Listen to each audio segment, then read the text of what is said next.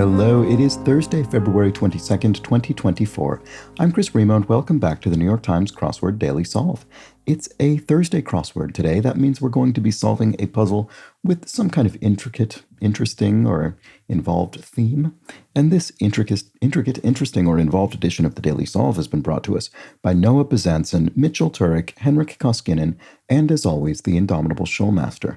So thank you so much to the four of them. They're benefactors of the Daily Solve Patreon campaign, which means they support this channel directly. They keep this whole thing going. Thanks to them. Thanks to everybody who supports the channel through the Patreon campaign. It really does sustain this series, and I appreciate it enormously. You can do so at patreon.com/dailysolve or via the description field link, and you'll find there the bonus videos available to patrons, as well as for benefactors, the official Let's Check the Crosses mug. So do check that out. And there's also the Daily Solve Discord chat server. You can join that via a description field link. It's a nice, friendly chat community over there. And finally, if you'd like to help out in another manner, you can subscribe to the channel on YouTube, like the videos, comment on the videos. And thanks to everybody who helped me surpass 15,000 subscribers recently. That was very nice. And all those things are appreciated. So now let's get on to the puzzle itself. This is, as I said, a Thursday-themed puzzle by Dan Schoenholtz, who's constructed 2 or 3 dozen puzzles for the New York Times, and it was edited, as always, by Will Shorts. So let's start solving and see how we do today with our interesting theme situation. Hot topping for a cone. I'm wondering why there's a question mark. It makes me think it's not going to be hot fudge or something like that on an ice cream cone. Hot topping for a cone. I don't know what that is. Practical joke. A jape or a jest or something. Tricky billiard shot. A carom. No, wait, this was in the puzzle. This was just in the puzzle the other day. What was it? I think I pronounced it mass, but then someone in the comments said it's masse. What are the chances that this is in the puzzle twice within just a few days? I'm sure this was in the puzzle very, very recently. Because I remember being surprised by it because it wasn't part of my sort of vocabulary.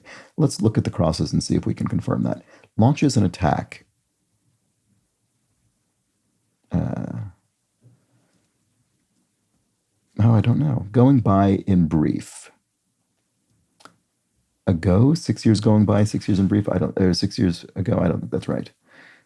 Going by in brief. What's the in brief? I'm just not getting anything. Chevy truck since 1988. Chevy Suburban? I think that's... No. I don't know. It might not even be a Chevrolet. I don't know. Chevy truck since 1998. Silverado? Is that a Chevrolet, maybe? It sounds... I think there is a vehicle called that. I think this might be that. It might be that. Let's just keep looking. Staple of Trinidadian music. Staple of Trinidadian music. I'll be curious to see what this is, whether it's a genre or a particular act. Plein air prop. So plein air, this is referring to a painting style. So I think actually this would be an easel. Literally a prop to prop up your canvas. Okay, Asian dog breed, Akita. That's a dog, isn't it? Pretty sure that's right. And rich sources of beta carotene could be kales, maybe? Kale has a lot of dense, vitamin-dense leafy green. So then what was this? Going by in brief, aka also known as in this person going by such and such name, also known as that name. Okay, great. Staple of Trinidadian music. Really want to know what this is. And then what's this one? Migration pattern. Maybe a V as in ducks, or geese, I should say, forming a V shape in the sky. And then what about this one? Launches an attack, makes a move, launches an attack, makes... This is not my puzzle, is it? I don't feel like I'm on its wavelength at this point. One of millions in New Zealand. Millions of what? One of millions. I don't know what we're looking for there. Emirate. Oh, and we have a star there. Interesting. So this will be a theme answer of some sort.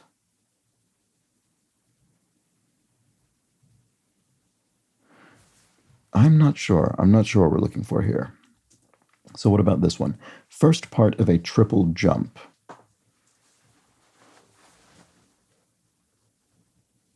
First part of it, do triple jumps have official names as their parts? A jump could be a hop, a emirate.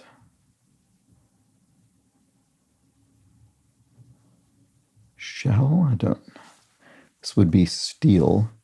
Oh, steel drum. Oh, okay. It was neither a genre nor an act. It was an instrument. There we go. Okay, good. Steel drum.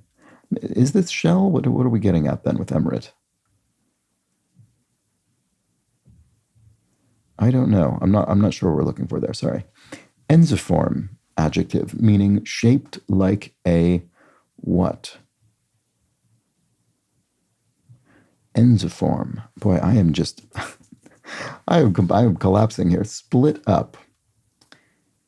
Apart, if things are split up, they're apart. That's at least straightforward. Surpass, to surpass someone could be to top them in a competition or something. And Butch Cassidy and the Sundance Kid, e.g., they're a duo, so literally, a team of two, as depicted in the film of the same name. And then ceremony, pomp, so pomp and kind of fanciness and ceremony. Okay, implied right in the First and Fourth Amendments. Implied right in the First and Fourth Amendments. The right to or of.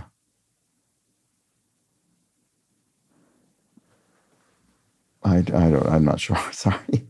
This is not going well. First part of a triple. Oh, well, it has a P, so maybe the first part of a triple jump is a hop. And then ensiform, shaped like a sword. Wait, no, that probably is right, because launches an attack as makes war. Okay, ensiform, shaped like a sword. That's another one that wasn't in my vocabulary. Time was, you might say. I could solve crosswords more quickly than this. Not today. Oh, millions of ewes in New Zealand, so, many sheep there. Okay, that seems likely. There is a huge sheep farming kind of, industry in New Zealand. So emirate. I mean, I want this to be something with seashell, but I don't understand what that is getting at. I mean, I'm thinking of an emirate as in the sort of category of polity, but I just don't know what we're looking for. I hope it's not blindingly obvious when I see it, but I don't know. Barely defeated. Edged. You edged someone in a competition. You barely defeated them.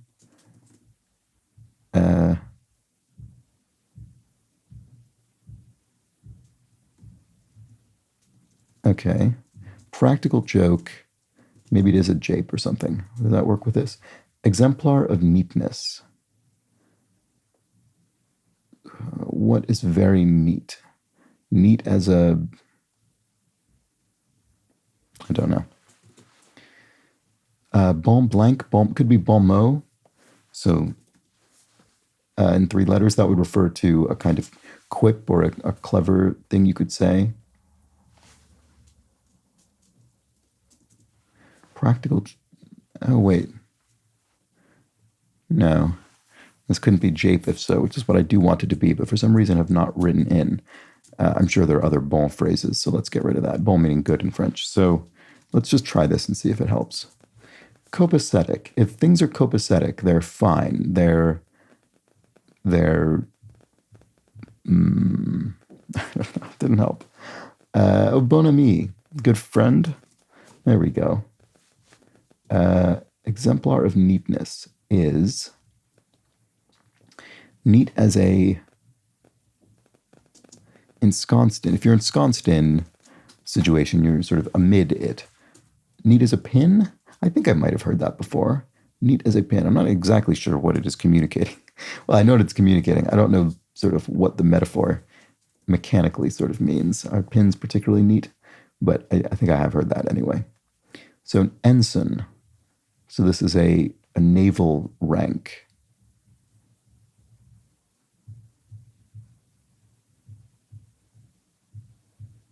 Ensign.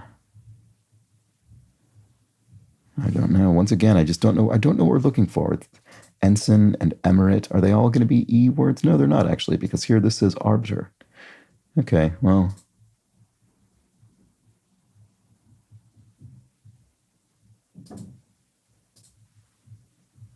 Am irate? Mad as hell? It's an M phrase that means irate, which is incredibly angry. Am irate. Does that work with this? N sign. So that would mean it would start with an N and be a sign. No parking? No. I don't know why that's the first thing that comes to mind. I can't actually think of anything else that would fit here. No speeding. You wouldn't have a sign that says that. It's always speeding's always wrong. Well, always illegal. No parking. Oh, copacetic Jake. Jake is an old. It's a quaint. It's an older term to mean things are fine. And copacetic is similarly. I mean that you think of it very much as being, I don't know, 50s to 70s maybe in kind of its height of usage. Jake, I think of being a bit, maybe slightly before that, but overlapping still. Okay, well, that could be it. So I think I understand what's going on with the theme then. We have N sign, a sign that starts with N. Here we have M irate, a word for irate that starts with M. So here we have arbiter, but it'll be arbiter, so it'll be a biter, someone or something that bites starting with an R. Well, at least we can put the R in. I don't know what that one is. Okay, well, let's get back up to here because we didn't make any progress in this corner initially. Scores. Don't know. Could be a noun or a verb. Underway. Underway. Sort of in motion or going on. Steamy stuff. Steamy stuff. It could mean, this could mean steamy as in racy, or it could mean steamy as in literally full of steam. I don't know which I think it is. I don't know. Most grown coffee bean in the world. Arabica. I think the big categories are Arabica and Robusto. Let's see.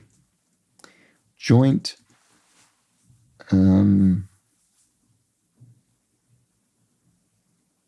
Double. Joint account, a double account maybe. Although this doesn't look very good, does it? Kelly of Morning Talk. No. Kelly Ripa, I've heard of. Or Ripa, I don't know how it's pronounced, but there we go. I've at least seen that name. And I think as a talk show host. So joint. Oh, it's not a joint as an adjective. It's a joint as in a doobie, marijuana cigarette. Okay, there we go. So then what about this one? Scores. Lands? Oh yeah, no, it could be. As in lands a job. He scores a job. Scores a position, lands position. Hot topping for a cone. Lava. Oh, lava. The cone is a volcano, and that's pretty good. Definitely was not thinking of that as a possibility earlier. Underway, afoot. The game is afoot. The game is underway. Things are happening. Steamy stuff is vapor. Okay, it's literal steam. And if you're way off, you're afar. Oh, that's funny. Afar was also in the crossword in maybe even yesterday or the day before with the same meaning. I mean, I guess it would have this pretty similar meaning, wouldn't it? But there we go. That and masse. Coup planners, I should say, as in planners of a coup, of a potential of an attempted takeover. I guess a coup is itself a takeover, so an attempted coup would be if it didn't work out. Coup planners are a cadre, maybe, or a cabal. I like that more because it makes this down seem more likely. Yes, it is correct. Non-reflective in a way. So a matte finish applied to a material would make it less reflective than, say, a glossy finish. Not too much could be a little, I suppose. And Singer Williams, who founded the Temptations. I don't know. The Temptations was a vocal group. I don't know the name of its founder. What about this? Stole from a burlesque act. It's not stole as the verb, it's stole as a noun. So you were wearing a stole, a boa, a kind of, bit of neckwear. Boa is associated with burlesque and similar kind of performance, I guess. It does seem, you do see that in kind of stereotypical depictions of burlesque acts. Singer Williams, who founded the Temptation, Otis. There we go. That'll be the answer. And then cut down is shorn, maybe, or sawed. Oh, an arbiter is a rattler, a rattlesnake. There we go. That's what it is. So cut down is slice, maybe. Bibliographer's abbreviation, et al. If you're writing a bibliography and you're attributing something to a list of authors, you could list the first couple of authors and then say et al. To indicate the rest. But what is this then? Cut down. Oh, slash. So then what about this? One in it for the long haul. This doesn't look likely. Neither this nor this actually looks very good. Okay, we'll come back to it. Puckish sort. An elf. So Puck, the figure from mythology, a kind of impish figure, sort of elfin. I think that's probably right. Let's look at this. One in it for the long... Oh, a lifer is in it for the long haul. So then this is slain. So if someone's cut down, they're slain. You can obviously use it in that lightly metaphorical way. Okay. If then blank programming construct is if then else. Oops. You'd say, if x equals 5, do this thing, else do this other thing in computer programming. Put on a big smile is to laugh, to leer, to not sure. Implied right in the first and privacy, the right to privacy. Okay, that makes sense. It's not stated by name, but it's understood to imply that. I honestly can't remember off the top of my head which amendment the fourth is, but the First Amendment certainly I would think of as implying a right to privacy. Issuance from an American embassy, in brief. A U.S. visa, I suppose. And church offering is a tithe. You pay an amount of your earnings to the church. Apply to would be to use on. If you apply something to an area of your skin, you use it on that part of your skin. Let's try that and see if that works here. Put on a big smile. Oh, lit up. Yes, you could say he utterly lit up. He put on a big smile. 2024 Olympic site that's happening in Paris this very year. And then actor Wu Shik of Parasite. We have Choi here, so that filled it in for me. Great. And similarly, hankerings are yens, some urges or desires. And that is also filled in for me, so I don't need to worry about it. Okay, begin, but not begin. It's be gin, I guess. Beefeater gin. Yeah, that is a famous brand of London Dry gin. There we go. Okay, and then here we have focus of the U.S. Air Force's Project Blue Book, 1952 to 1969. Of UFOs, I guess, right? Okay, that's funny. And then here we have and so could be ergo, thus, therefore. And blank white, egg white, so a shade, sort of slightly off-white shade. And then doesn't stay tight is lags? Maybe in the sense of a musician or something, not staying tight with the beat. What about this? Time to remember, an era. And then things one might pick up while entering a room. Oh, things. S. Oh, sags. Oh, I see. It doesn't stay tight. So, a rope or something is going slack. It's sagging. It's not staying tight. Okay, so that's what it is, not lags. Things one might pick up while entering a room. You might pick up the vibes in the room as you enter. What is the situation? What's the sort of mood music? Figure. I actually can't stand that phrase, just because it's so overused in British political coverage, but apparently it is seeped into my brain. Anyway, 57 across. Figure in 1 Samuel. Eli? Maybe? Big star in Spain. Oh, Sol, the sun.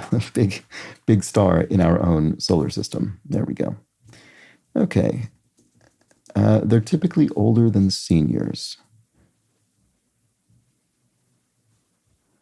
I'm not sure what we're looking for here. Deans on a university campus? I'm not really sure what we're looking for, sorry.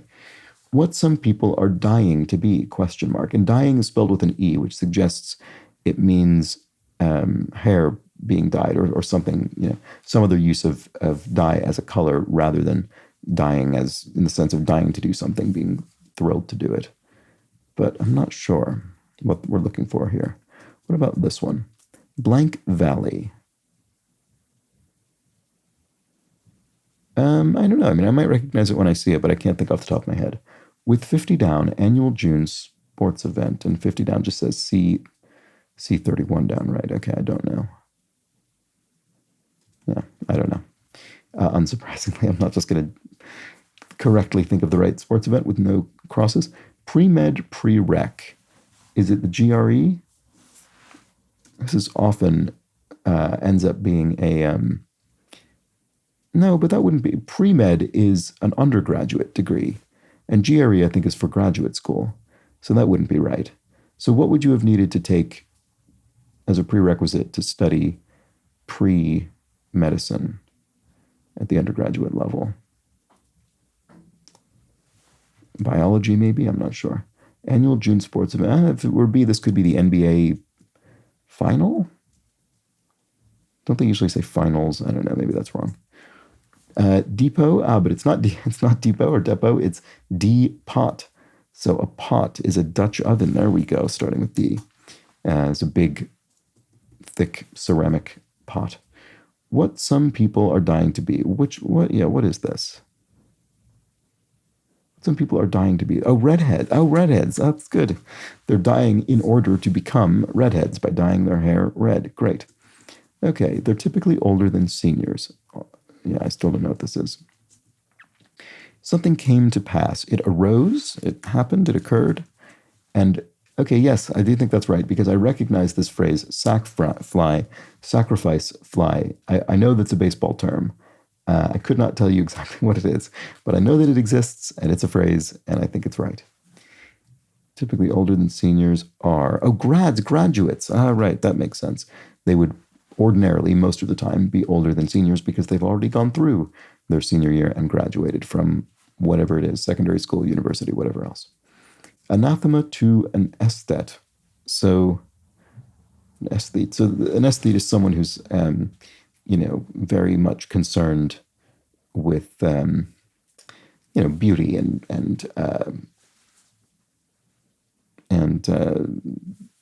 things being harmonious and artistic or visual sense, but I'm not sure what we're looking for exactly. Pre-med, pre-rec, right, okay, let's keep going. Blank Formosa, barrier island system of Portugal. I certainly have heard this before, but I can't think what it is. That's annoying. What about this? C31 down, that's the game. What about this? It's never out of tune.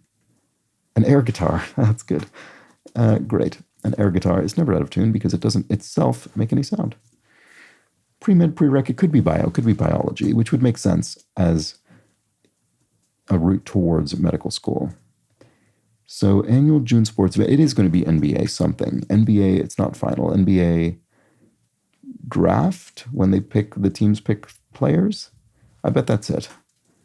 And when did it say it takes place? June. Okay, well, that's good to know. Oh, Ria Formosa? Does that work with this? Anathema to an aesthete. Oh, poor taste. Napa Valley. I should have gotten that more quickly. Napa Valley is it's known I guess particularly for wine growing in Northern California, north of San Francisco. And so here we have poor taste. There we go. And if you're discombobulated, you're at sea. You're kind of, things are confusing and what have you. If something's meant to be, it's fated. There we go. And finally, long hauls are treks, long journey. Actually, here it was finally. We have yikes, which is simply eek. And I don't think I missed any crosses around here. So there we go. That was the Thursday crossword. And there we go. I found that pretty tricky today. And did we finish our... Yeah, I think we did get all of the theme. We did expressly look at all the theme clues. So let's do that again quickly. What we've done is we've taken ordinary words and we've pronounced them such that phonetically we're treating the first syllable as a letter of the alphabet, and then the rest of the word as its own independent word that will start with the identified letter. So an N sign could be no parking. An M irate could be mad as hell. An R biter could be a rattler.